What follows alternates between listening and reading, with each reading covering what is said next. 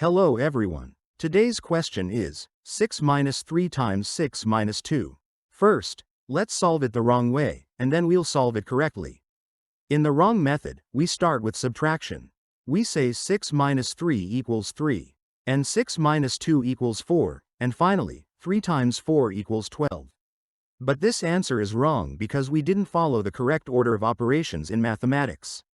The rule that comes to our aid here is the PEMDAS rule. PEMDAS is a simple way to remember the order of mathematical operations.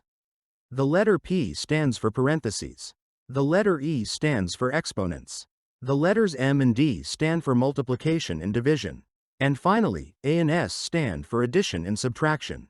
So in short, parentheses, exponents, multiplication and division, then addition and subtraction. According to the PEMDAS rule, we should do the multiplication first.